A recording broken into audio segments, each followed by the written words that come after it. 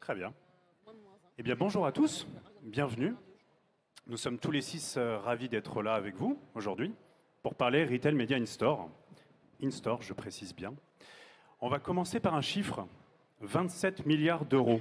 C'est ce que va peser normalement le marché du retail média en Europe d'ici 2027, soit x3 en 5 ans. Donc ce chiffre illustre en fait la frénésie, la vague qui s'empare des marques aujourd'hui, qui sont de plus en plus attirées par l'audience fine des retailers. Les retailers, eux, ils connaissent un relais de croissance aux marges spectaculaires. On parle de x6 par rapport à leur marge classique. Et les clients, qui à 85% à peu près, sont prêts à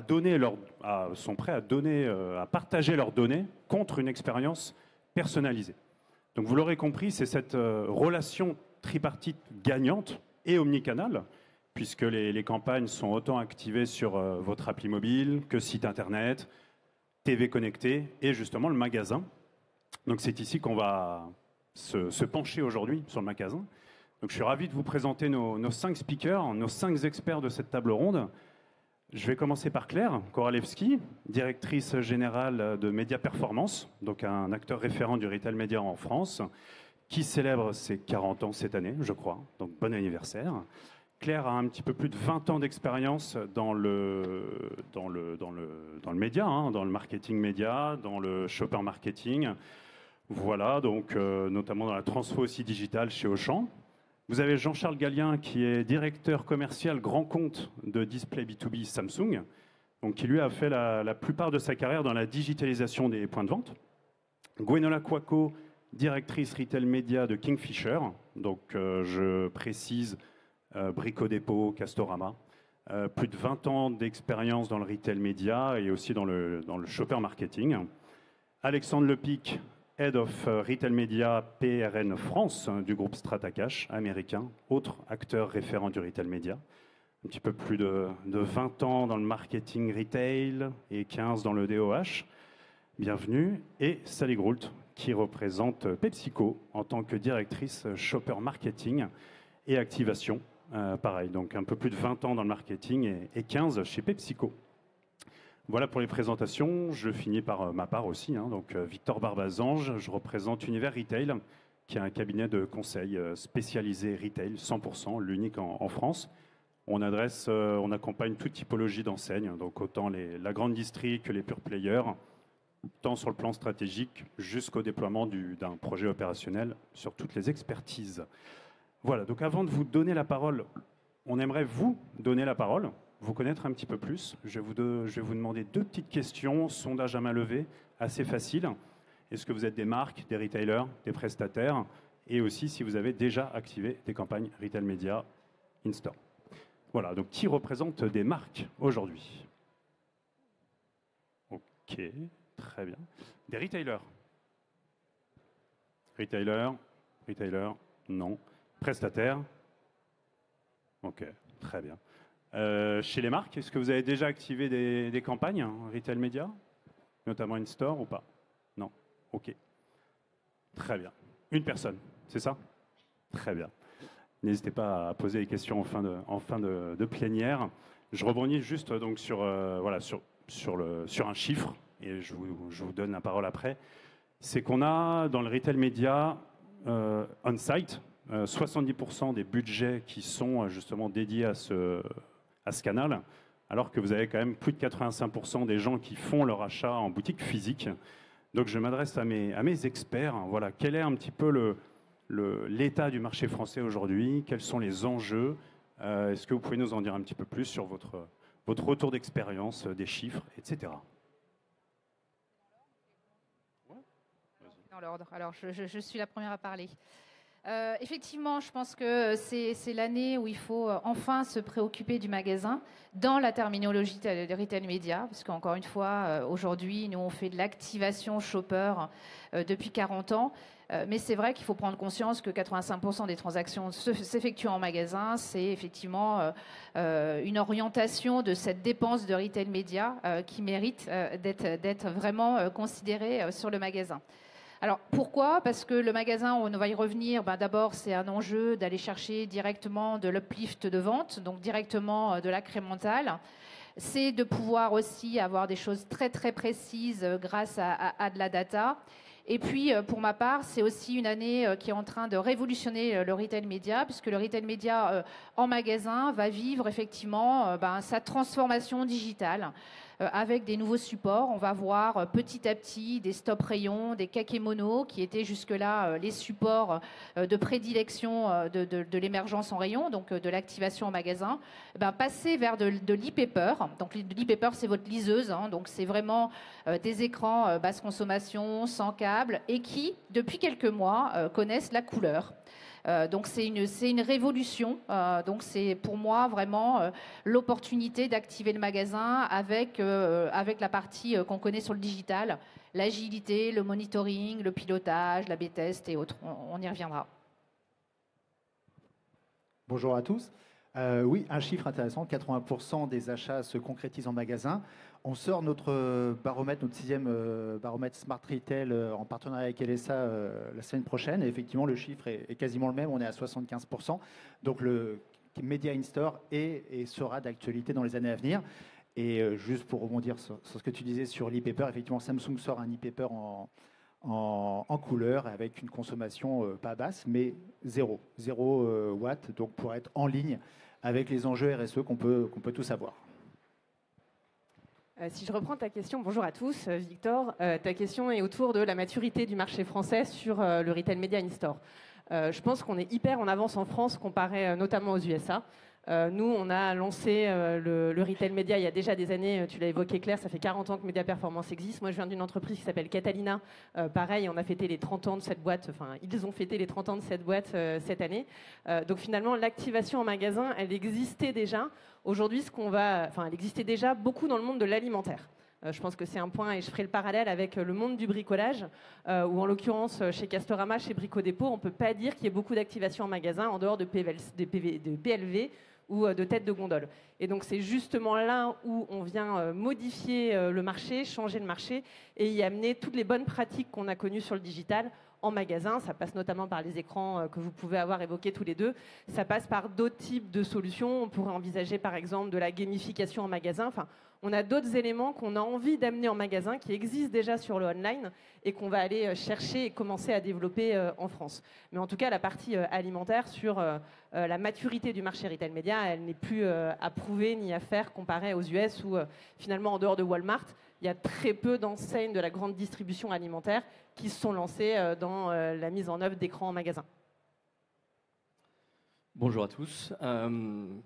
Je vais rebondir un peu sur ce que vous avez tous dit. Effectivement, le retail média, l'e-retail a eu un essor assez faramineux ces 4-5 dernières années avec des nouvelles régies qui se sont montées, Limitel, Infinity, Values, etc. Et jusqu'à présent, on a cette black box du magasin, entre guillemets, où on a beaucoup d'activations et Média Performance est très bon dans ces activations, mais où il faut qu'on ramène beaucoup de data, beaucoup de mesures, beaucoup de digitalisation du point de vente, et c'est le vrai essor qu'on est en train de vivre actuellement. Deux enjeux pour moi là-dessus. Le premier, l'expérience shopper, l'expérience client pour les retailers. Toujours offrir plus de fluidité, du rebond, de la data, du contenu.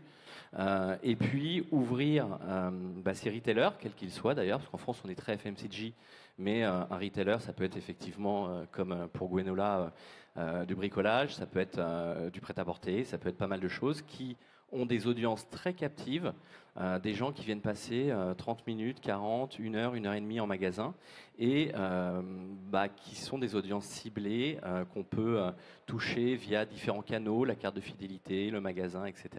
Et pour des marques, et ça va être ma transition avec Sally, je pense que c'est des réservoirs d'audience qui sont absolument incroyables.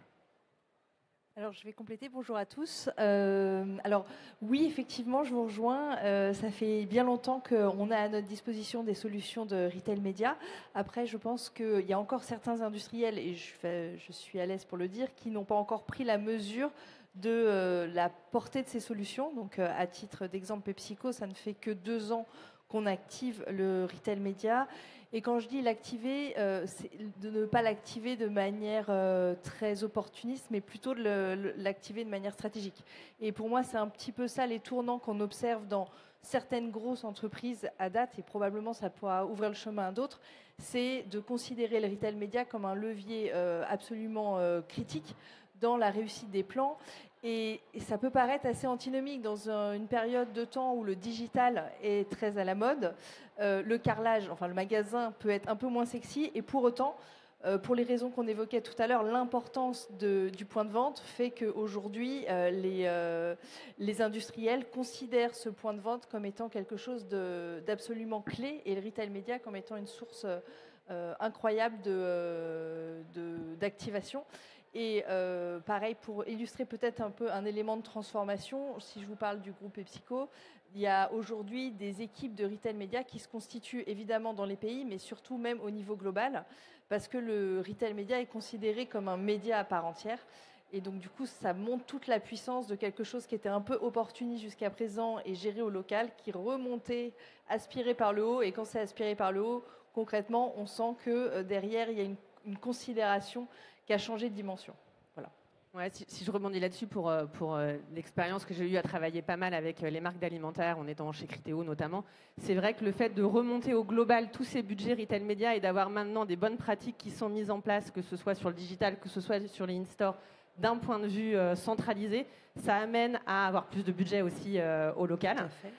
Et de aussi bien merger les bonnes pratiques entre ce qu'on appelle du trade marketing, qui est finalement l'ancien monde qui existe encore et qui doit exister dans la relation entre une enseigne et un distributeur, et un peu le nouveau monde autour des bonnes pratiques mesurables, en tout cas autour des activations magasins ou digital.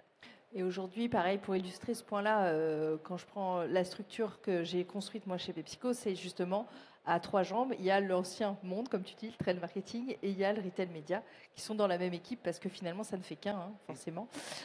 Donc, oui, indispensable de le penser. Et pareil, pour se redonner aussi un peu de chiffres, aujourd'hui, chez PepsiCo, donc ça n'engage que PepsiCo, mais on a un budget retail média qui est de l'ordre de 25% du budget total média. C'est-à-dire quand j'associe et le média classique, digital compris, et le retail média, voilà, le retail média pèse 25%.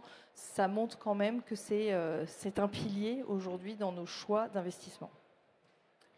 Vas-y, j'essaye. Si je fais un parallèle aussi sur justement le poids de l'investissement des budgets médias chez une marque, nous, le parallèle qu'on fait dans la distribution, c'est de se dire qu'on attend de la part des industriels un investissement qui est de l'ordre de 3 à 7% du chiffre d'affaires qu'ils génèrent, qu'ils doivent investir dans du retail média. Donc ça fait à peu près, une bonne transition entre les deux. Mais en tout cas, c'est ce qu'on attend en termes de croissance aujourd'hui sur cette activité d'un point de vue distribution.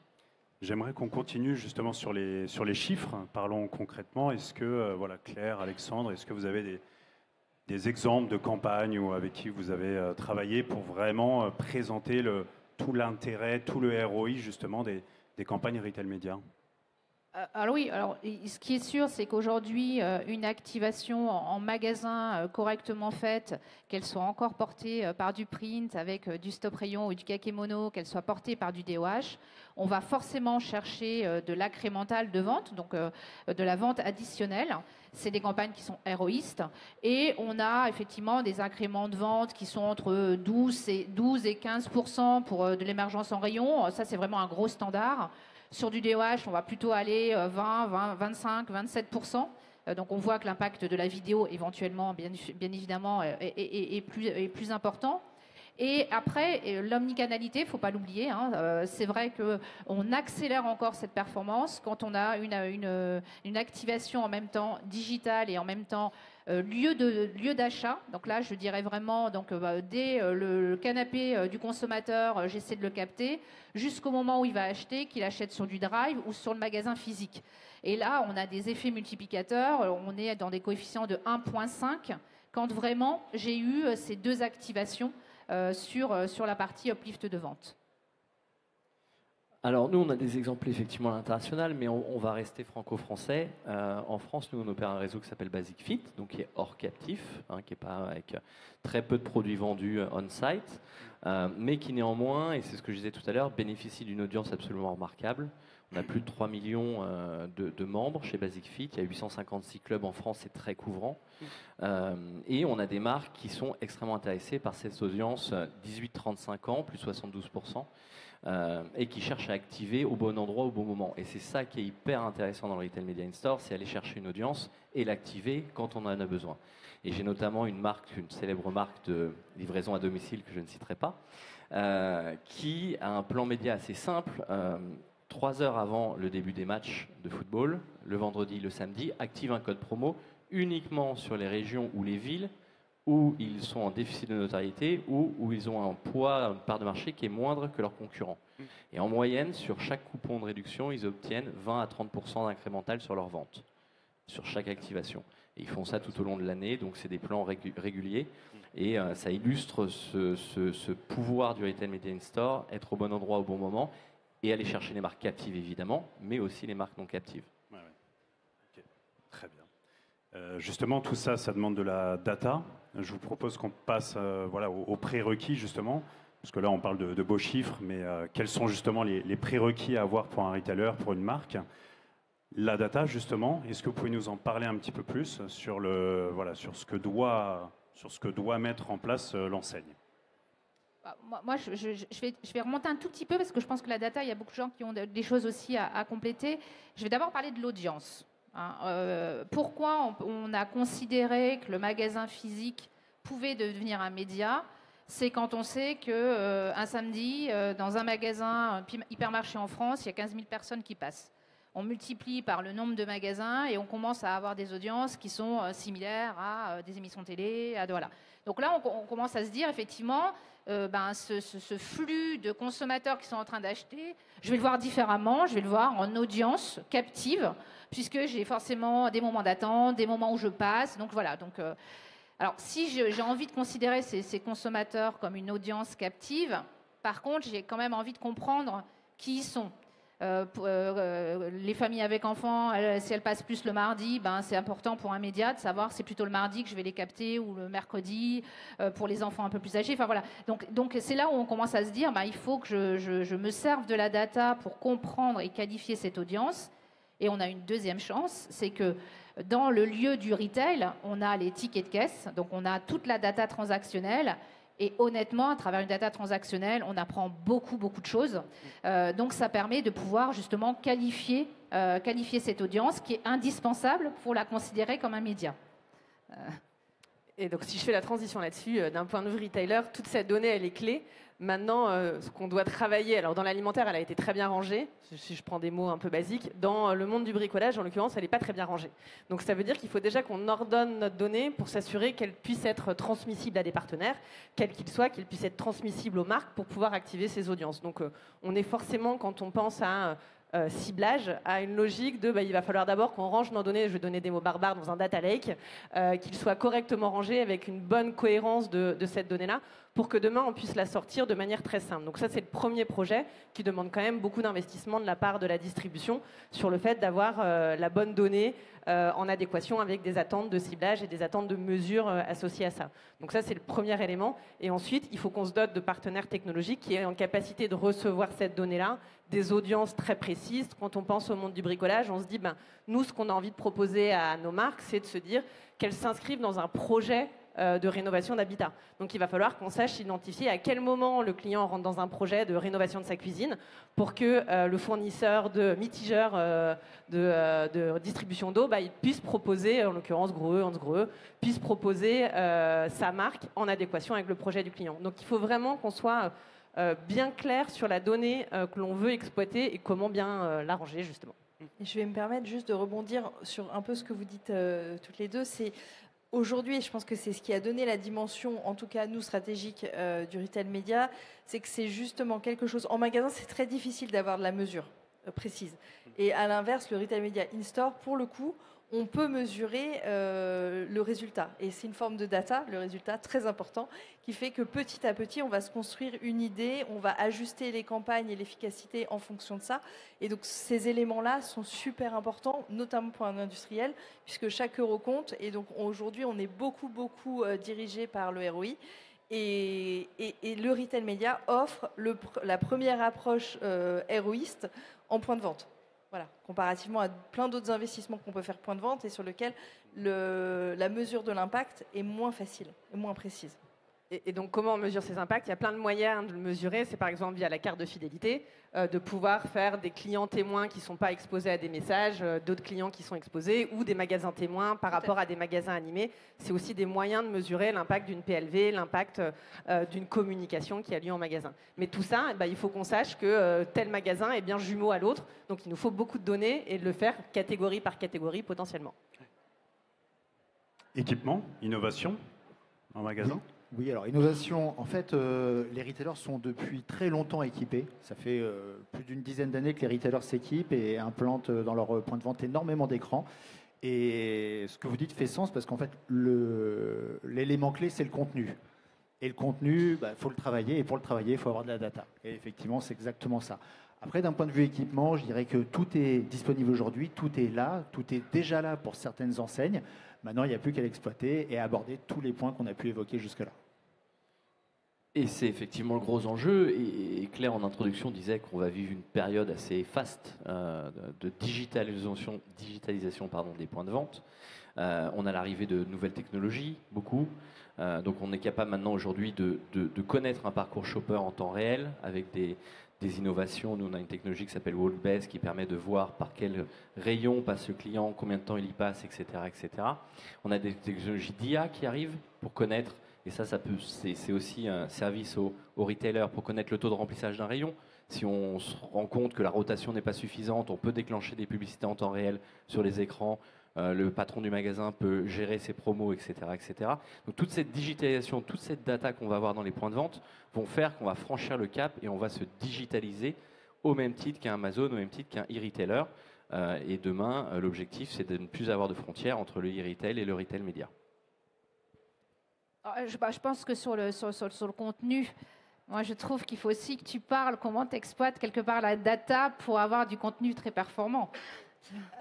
Un des points aussi qui nous semble important, et justement on se disait c'est quoi les critères de succès, c'est aussi de se dire que derrière nos investissements, on investit derrière des éléments créatifs qui font beaucoup de sens pour le shopper. Et à titre effectivement d'exemple, aujourd'hui nous, 100% des communications qui sont mises ou diffusées sur le retail média sont en amont pré-testés, et ils sont pré-testés via de l'IA.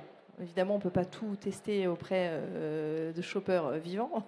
Donc, du coup, on utilise l'IA pour améliorer la performance de nos créas, magasins, pour s'assurer que... Alors, il y a différents critères qui sont extrêmement basiques, hein, mais très importants. C'est est-ce que demain, ma créa sera vue et on a capacité à la tester dans un environnement, on va dire, assez fourni. Hein, on ne va pas faire ça à plat, on va le mettre dans un contexte. Donc, est-ce qu'on arrive à capter l'attention et ensuite, est-ce qu'on est compris? Et bien sûr, si on est compris, est-ce que ça lui parle? Est-ce que ça fait acheter? Donc, c'est des millions et des milliers plutôt, centaines de milliers de data qui ont été collectés et qui sont mis à la disposition de cet outil d'IA sur les éléments créatifs. Alors, moi, je vais rebondir dessus, parce que c'est vrai qu'on est capable du coup de bien rendre une créa dès sa conception efficace avec l'IA qui reprend les guidelines, qui vont effectivement déjà checker un certain nombre de points. Et quand on repense maintenant le fait que le magasin est en train de se digitaliser, en plus cette créa, alors encore une fois, elle a déjà checké pas mal de points, mais je peux quand même faire un A/B test. Donc je peux quand même arriver et dire, je vais avoir la créa A, la créa B, soit je mets dans 2 magasins différents, soit c'est une journée, je mets la A, une journée, je mets la B. Et en tout cas, je vais regarder assez rapidement celle qui est la plus performante par rapport à ce que j'attends pour pouvoir généraliser et garder la créa la plus efficace. Alors ça, c'est possible parce que ce monde s'est digitalisé. Sinon, j'imprimais tous mes kakémonos, je les mettais en magasin et puis effectivement, j'attendais de voir mes mesures de campagne. Donc là, le fait que ces kakémonos deviennent numériques, on a cette agilité qu'on connaît sur les sites internet aujourd'hui. Justement, sur l'IA, j'aimerais aussi rebondir sur l'expérience client. Alexandre, en off, tu me parlais aussi de l'expérience, pas forcément que de la promo à chaque fois, mais sur du contenu. Voilà, pour toujours rendre cette expérience la plus optimale possible en store. L'expérience client, c'est clé pour nos retailers. Et toutes ces technologies, tous ces nouveaux écrans, tous ces meubles interactifs que l'on va voir apparaître de plus en plus chez nos retailers sont extrêmement importants parce qu'aujourd'hui, le client, il a changé. Ça fait 10 ans qu'on le dit, même 15 ans. Il y a le web, il y a plein de choses, le research online, purchase offline, etc. ou l'inverse. Aujourd'hui, quand le client il arrive dans le magasin, il a envie de vivre une expérience. Il a envie qu'on lui donne du conseil, il a envie qu'on le guide, il a envie d'avoir une valeur ajoutée qu'il n'aura pas sur le web. Donc aujourd'hui, des meubles interactifs où quand on prend une bouteille de vin, on voit apparaître le cépage, combien ça coûte, le conseil du vigneron. Quand on en prend une deuxième, on voit un comparatif entre les deux vins, on peut appeler un call center, etc. Et quand la station ne fonctionne pas, on peut promouvoir certaines régions, certains cépages. C'est le type ou des meubles, je reprends l'exemple du DIY, où on peut arriver et se dire, bah tiens, il faut que je repeigne mon salon, de quoi j'ai besoin, et on a des étiquettes de prix qui s'illuminent pour pouvoir choisir les bons produits dans son objectif. Voilà, c'est tout ça l'expérience client, et c'est tout ça que toutes ces nouvelles technologies vont amener. L'IA sur le taux de péremption d'un produit, voilà, toutes ces choses-là qui vont aider à la fois les retailers, qui vont développer l'expérience client et qui vont aider in fine les marques à avoir des contenus toujours plus pertinents, toujours plus impactants pour le consommateur final. Un exemple de promotion, justement, tu parlais de produits périmés.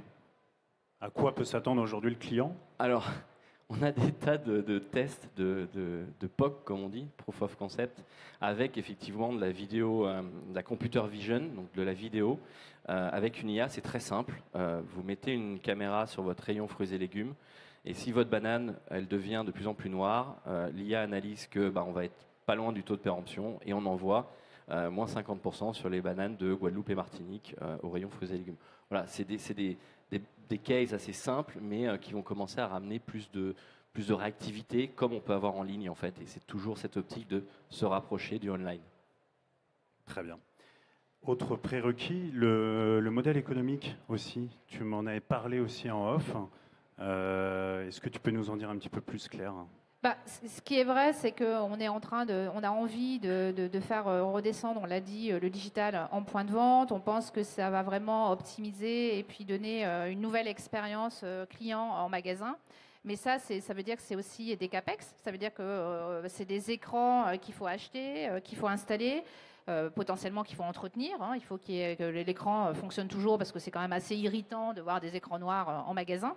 Et c'est là où on comprend que le retail média est quelque chose d'assez vertueux parce que il va permettre effectivement quelque part de financer toute cette partie d'installation en point de vente, de laisser des parts de voix aux retailers, parce qu'aujourd'hui, le marché a prévu ça. Donc, le retailer va pouvoir exprimer ses avantages fidélité, son dernier service de livraison. Donc, va pouvoir avoir des parts de voix pour l'exprimer.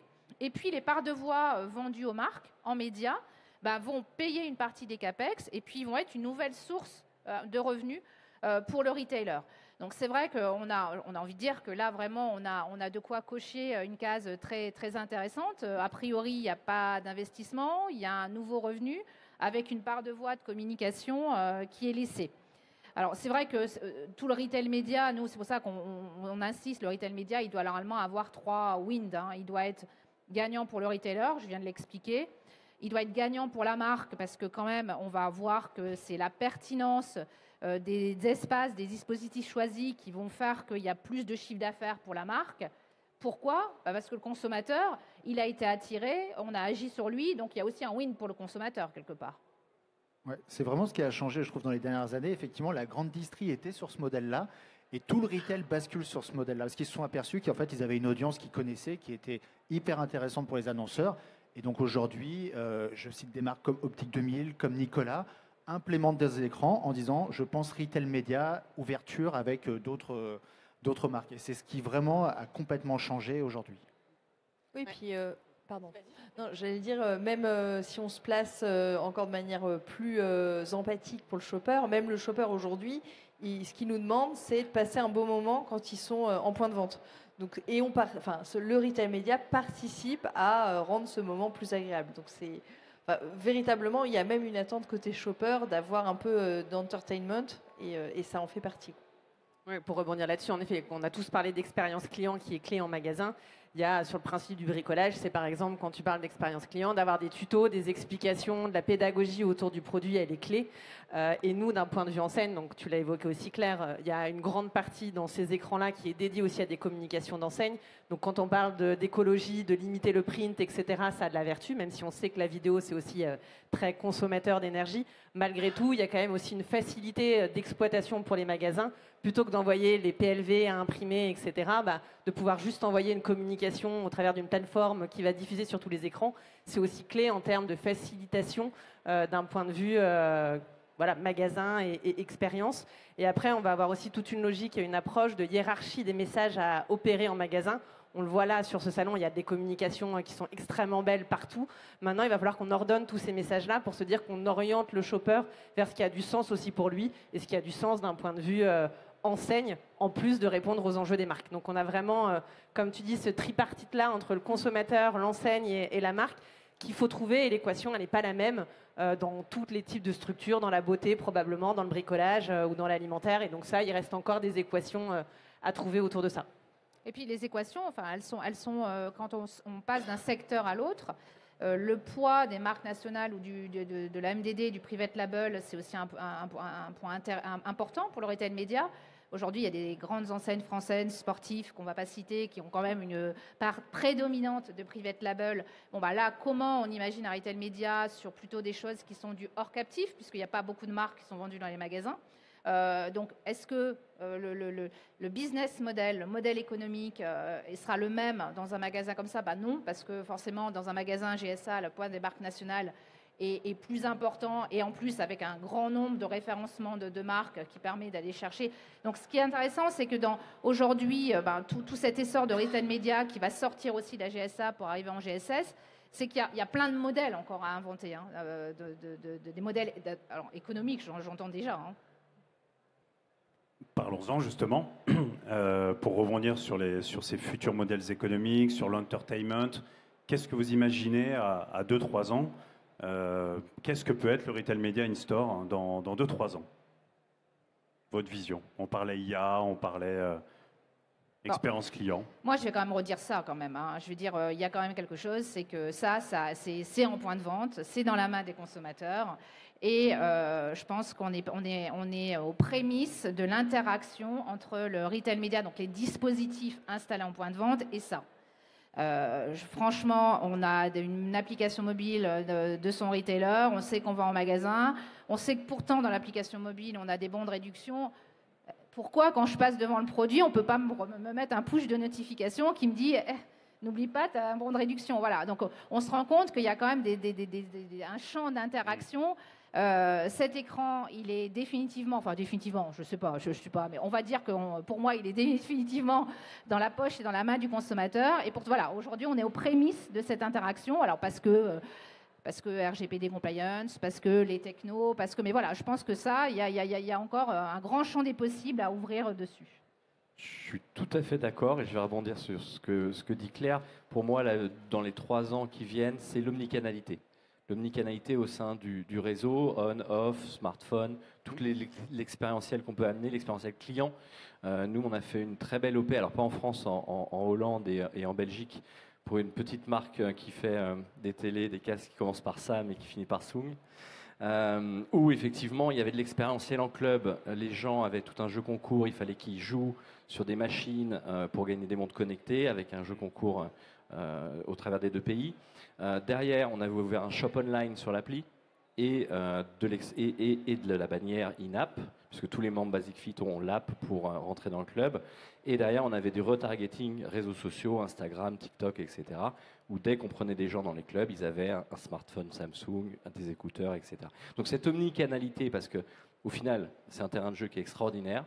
Je pense que dans les 3 ans qui viennent, ça va être vraiment le point d'orgue qui va se développer.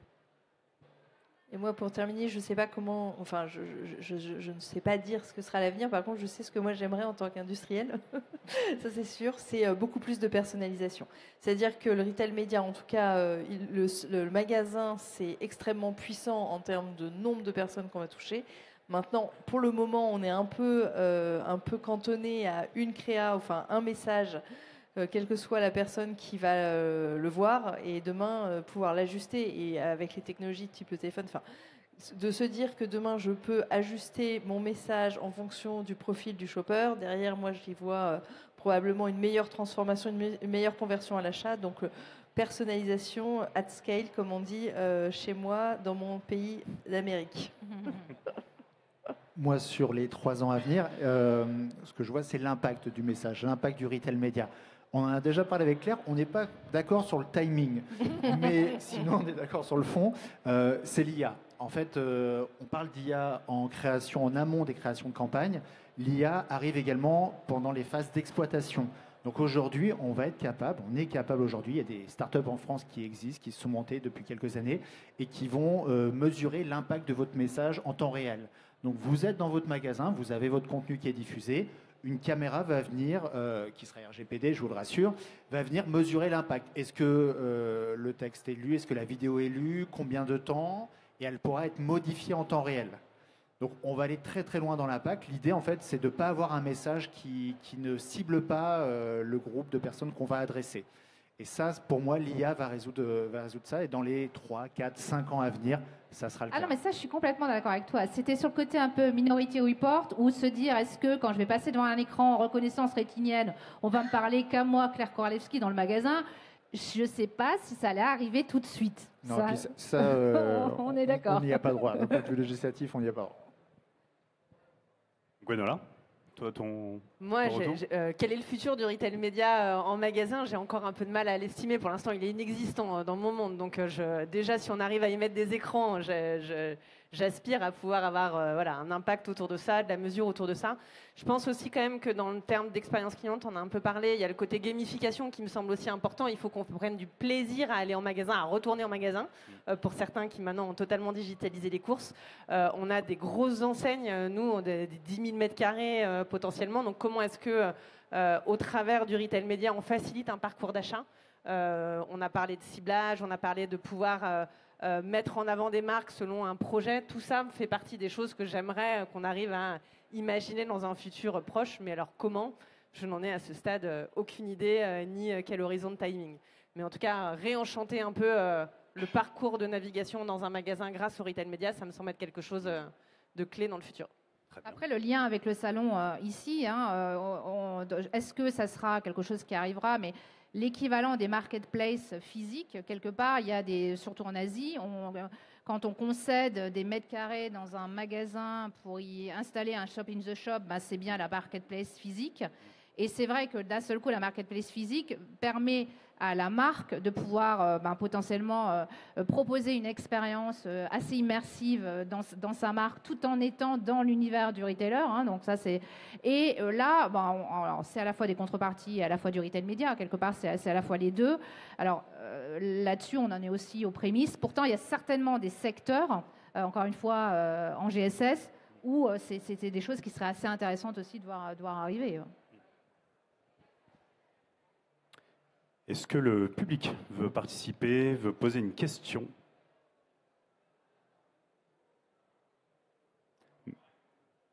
Oui.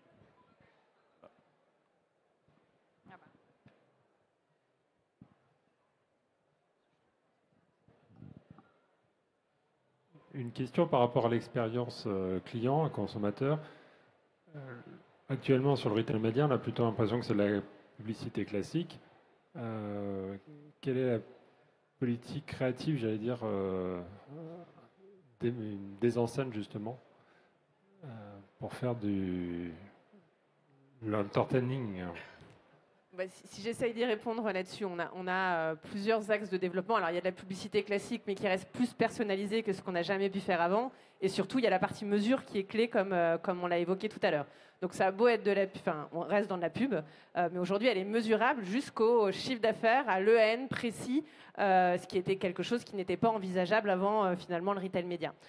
Aujourd'hui, comment est-ce qu'on envisage la publicité? Donc, je ne sais pas si vous voyez un peu comment ça se passe en ligne, mais globalement, si on va tous sur des sites e-commerce, il y a des produits sponsorisés, il y a du display, on envisage aussi de la vidéo.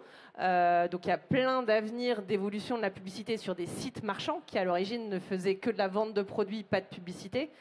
Donc, on est déjà en pleine transformation autour de ça. Et ensuite, comment on envisage la gamification pour répondre plus précisément à la question? On l'envisage au travers de jeux qu'on peut envisager. Donc nous, par exemple, on a un gros temps fort qui s'appelle la Castomania dans notre enseigne qui a lieu en octobre chez Castorama. En l'occurrence, c'est pouvoir faire participer des marques pour faire gagner des bons d'achat au travers de jeux virtuels, par exemple, ou de bornes en magasin. Donc ça, c'est des exemples de gamification qu'on est en train de mettre en œuvre sous preuve d'achat ou sans preuve d'achat, d'ailleurs, associée à ça. Voilà un exemple. Je rebondis, je pense pas. Alors, pour le moment, aujourd'hui, les enseignes, ils comptent beaucoup sur nous quand même. Enfin, quand je dis beaucoup sur nous, c'est-à-dire qu'ils espèrent vraiment que les marques apportent quelque chose en termes d'expérience magasin. Et c'est un tout, c'est pas que le retail média. C'est-à-dire que si on fait du retail média, nous, on va le faire en même temps que d'autres activations. Et c'est le tout qui est valorisé par le retailer. C'est pas que le retail média tout seul. C'est la théâtralisation qui est quand même dans le modèle du retail historique. C'est effectivement ce côté retail entertainment autour de la fête du produit. Effectivement, et on pourrait dire que c'est archaïque parce que ça existe quand même depuis toujours, mais c'est très très attendu encore.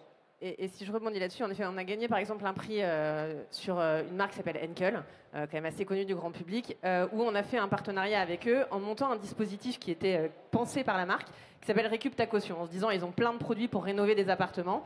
On a monté tout un dispositif où en gros on a fait sur TikTok des communications autour d'étudiants. On a identifié les étudiants pour se dire comment ils récupèrent leur caution en rénovant assez simplement avec du mastic, des produits, etc. Donc ça, c'est des logiques d'entertainment, par exemple, qu'on peut envisager, qui sont pensées par une marque et qu'on rend concret avec des dispositifs et en magasin et en ligne qui relaient ce type de communication. Et je peux vous donner un autre exemple, alors qui n'est pas encore live, mais qui va arriver bientôt, où là, avec un retailer en particulier, on a vraiment co-construit une activation. Et aujourd'hui, ils nous mettent à disposition tout leur écosystème retail média pour amplifier l'activation qu'on a pensée au départ, qu'on a co-construite et finalisée avec eux et qu'on va dévoiler aux shoppers ensemble en utilisant leurs moyens. Donc voilà, je pense qu'il y a aussi cette idée de plus en plus de co-construction. C'est-à-dire que la marque peut venir avec une idée et après, on vient, selon le retailer, l'ajuster parce que voilà, il y a aussi les retailers ont une vision stratégique et on essaie de se compléter.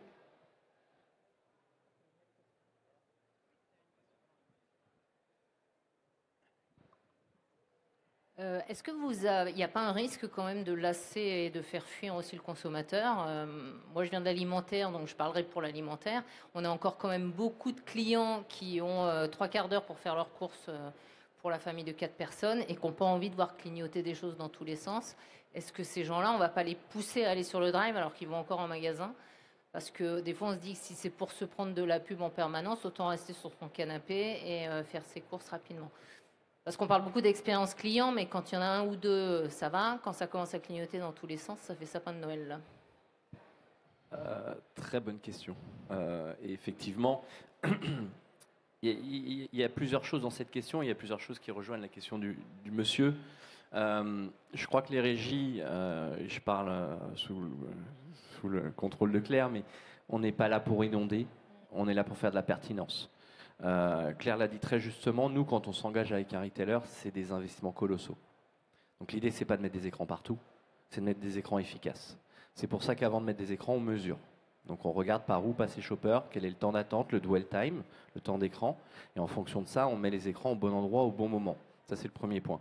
Le deuxième point, moi non plus en tant qu'Alexandre, je me balade, j'ai pas envie d'être inondé, et pourtant je suis dans la publicité.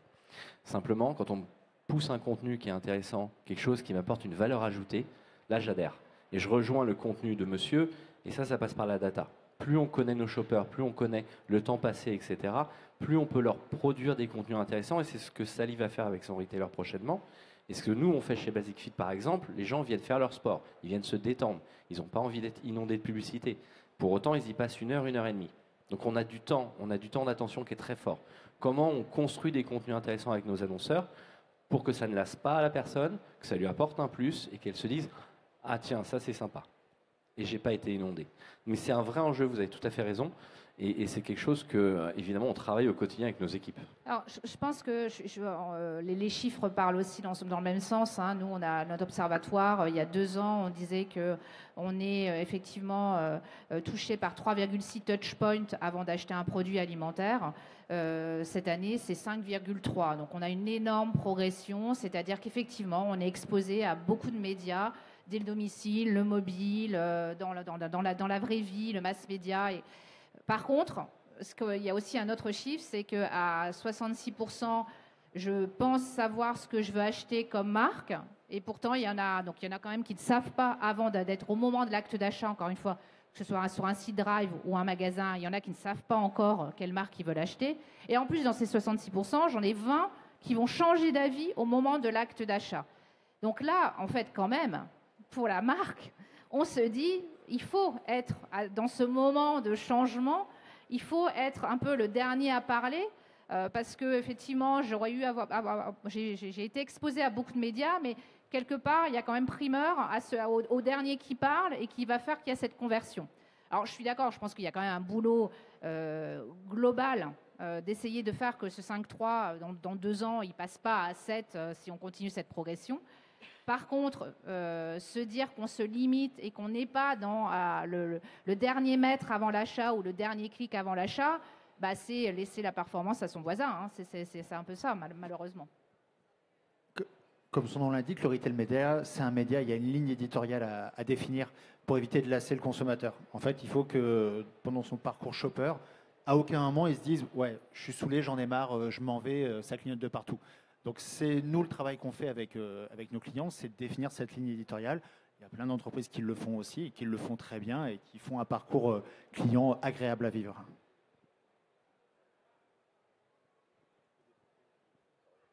Oui, alors ligne éditoriale, comme c'est un média, en fait, il faut qu'on puisse, en fonction des moments de la journée, en fonction des cibles qui arrivent, pouvoir adresser différemment les contenus.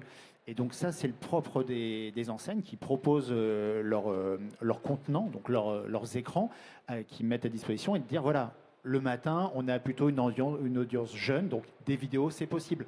À tel endroit, c'est un lieu de passage, c'est du fixe, c'est pas une vidéo. À cet endroit-là, les gens restent, on peut mettre une vidéo. C'est tout ça, en fait. En fonction des moments de la journée aussi, on va adresser différemment le contenu. Hors de question de vous faire une pub sur un poulet rôti à 8 h du matin. Et encore, je vous dis ça, je ne suis pas dans la grande distrie, ça se trouve, eux vous diront, bah si, parce que c'est à ce moment-là qu'on fait les courses et qu'on achète ce genre de produit. Voilà, en fait, c'est tout ça, et tout ça passe encore une fois par la data, finalement, la connaissance de ce qu'on est tous, des consommateurs. Et c'est ce qu'on espère tous, c'est rentrer dans un magasin où on ait une expérience qui soit waouh, et quand on ressort, on se dit, j'ai apprécié ce moment. Parce que tout a été fluide, tout a été bien, tout a été comme moi je le suis, comme je veux l'être. C'est bien développé pour toi ou plus de détails? Tu me dis. Alors, merci Jean-Charles. Je voulais continuer justement sur la... Ah. Ben, allez-y.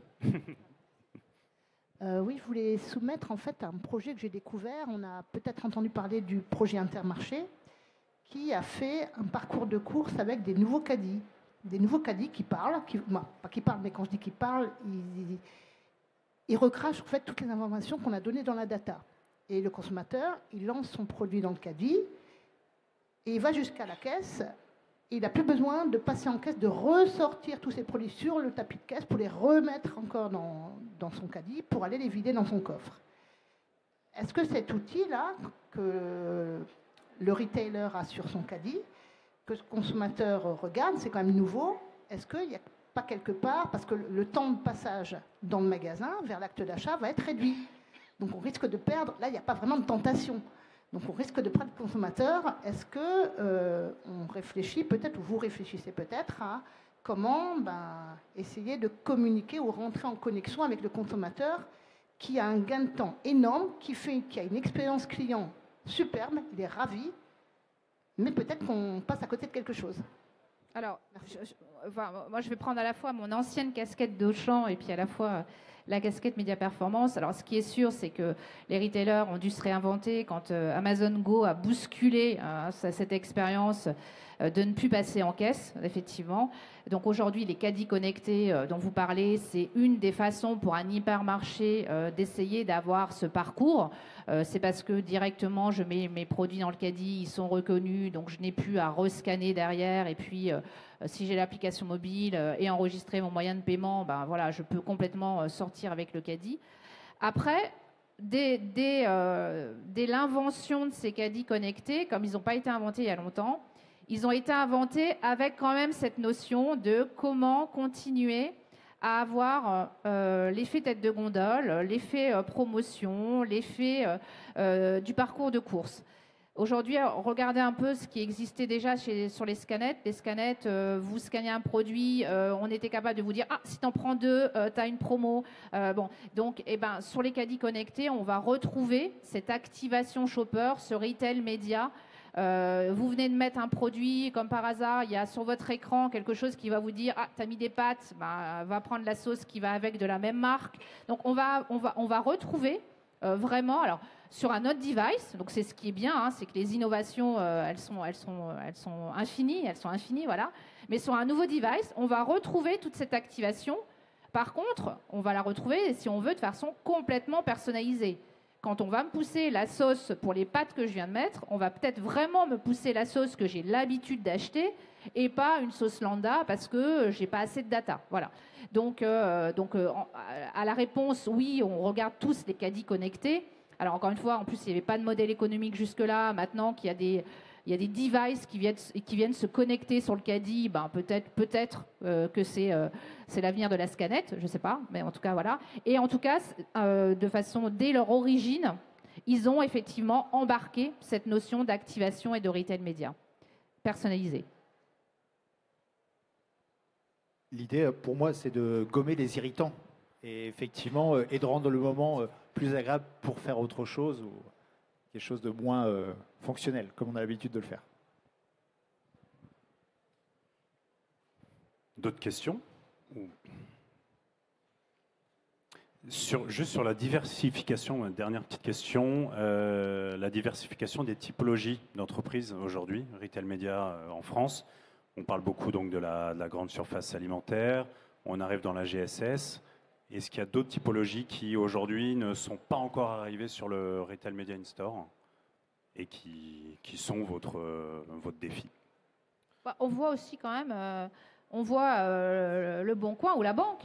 Enfin, je pense qu'aujourd'hui, on se rend compte que du trafic, de nouveau, je redis, des flux de gens qui se retrouvent sur un endroit donné, que ce soit un site internet ou un flux physique, c'est une audience média. Et en plus, quand on est une banque et qu'on a un peu de data, ou quand on est Le Bon Coin et qu'on a de la data, de nouveau, on comprend qu'il y a tous les ingrédients pour construire cette approche de retail média. Donc, en tout cas, on voit des univers, des univers se mettre aussi à cette logique. L'hôtellerie, ça existe déjà. Potentiellement, des bookings, ils vendent du retail média à leurs hôtels partenaires, etc. Donc, finalement, je pense que tous les secteurs d'activité sont déjà lancés sur le retail média de différentes manières, selon qu'elles aient des marques captives ou non captives, comme on l'a dit tout à l'heure. Mais même les pharmacies, aujourd'hui, sont lancées dans le retail média. Donc, je pense que tout secteur d'activité, aujourd'hui, va connaître